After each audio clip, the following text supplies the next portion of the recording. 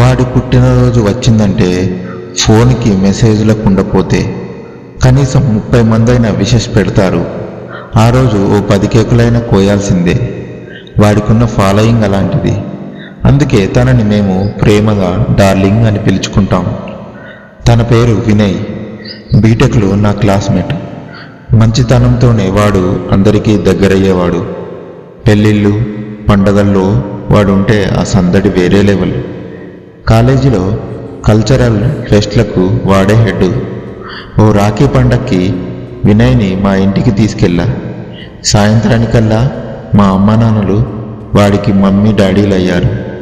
అంతగా మాతో కలిసిపోయిన వినయ్కి ఇంజనీరింగ్ పూర్తవడంతో వీడ్కోలు చెప్పక తప్పలేదు. వెళ్తున్నప్పుడు కుదిరితే నెలకోసారైనా మీ ఇంటికి వస్తా, కుదరకపోతే వారానికోసారైనా ఫోన్ చేసి విసిగిస్తా, నన్ను మర్చిపోవుగా. మొహానికి నవ్వు పులుముకొని వాడు చెబుతున్న నాకు కళ్ళీలు ఆగలేదు. నాకు హైదరాబాదులో, తనకి బెంగళూరులో ఉద్యోగాలు వచ్చాయి. వెళ్ళాక క్రమం తప్పకుండా ఫోన్ చేసేవాడు. అక్కడి విశేషాల నుంచి ఆఫీస్ గాసిప్స్ దాకా అన్నీ చెప్పేవాడు. తర్వాత ఇద్దరం పనుల్లో బిజీ అయ్యాక కబుర్లు తగ్గాయి.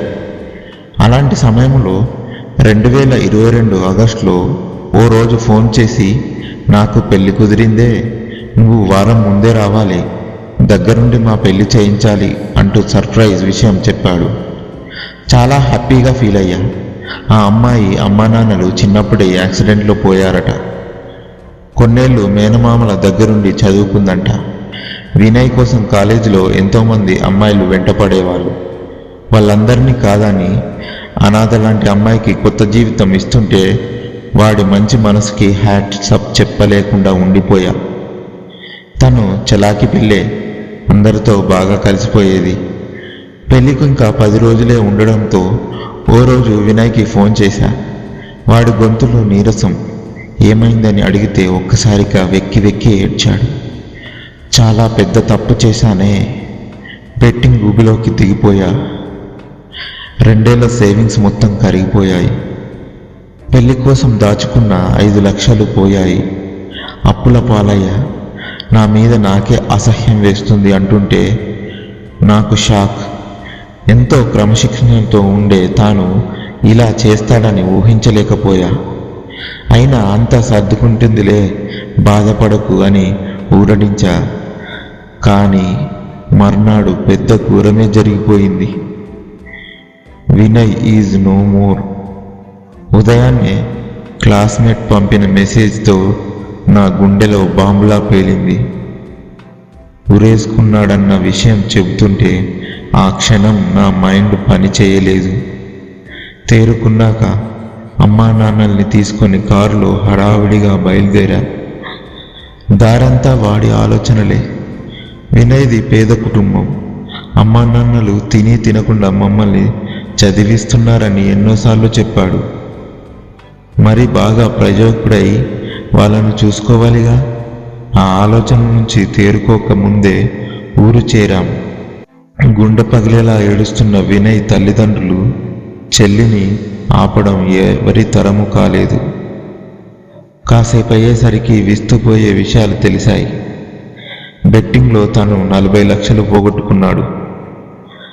రుణం తీసుకున్న యాప్ వాళ్ళు, బంధువులు, స్నేహితులకు ఫోన్ చేసి అసభ్యంగా మాట్లాడడంతో మానసికంగా కుమిలిపోయాడు.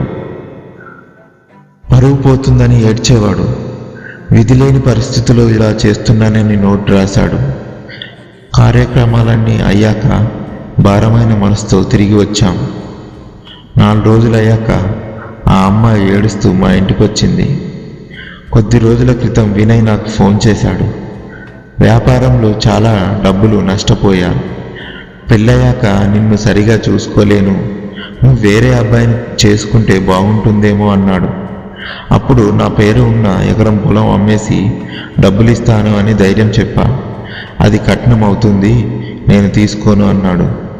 అంటూ బావురు మంది. ఎంత పిచ్చి పని చేశాడు. తను చెప్పినట్టు విన్నా వాడి ఆర్థిక కష్టాలు తీరేవి. మంచి ఉద్యోగం ఉంది. 4-5 ఏళ్ళు కష్టపడితే అన్నీ కుదురుకునేవి.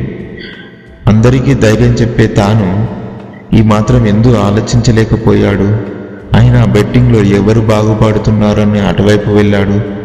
తను భయపడే అవకాశం ఉన్నా ఎందుకు చావును ఆశ్రయించాడు? ఇవన్నీ సమాధానం దొరకని ప్రశ్నలే. కష్టాల్లో ఎంతోమందిని ఆదుకునే నువ్వు నీ కష్టాల్ని భరించలేక వెళ్ళిపోయి నిన్నే నమ్ముకున్న ముగ్గురిని రోడ్డు మీద పడేశావు. చాలా తప్పు, పెద్ద తప్పు చేశావు డార్లింగ్. ఇట్లు బాధతో నీ ప్రియ నేస్తం.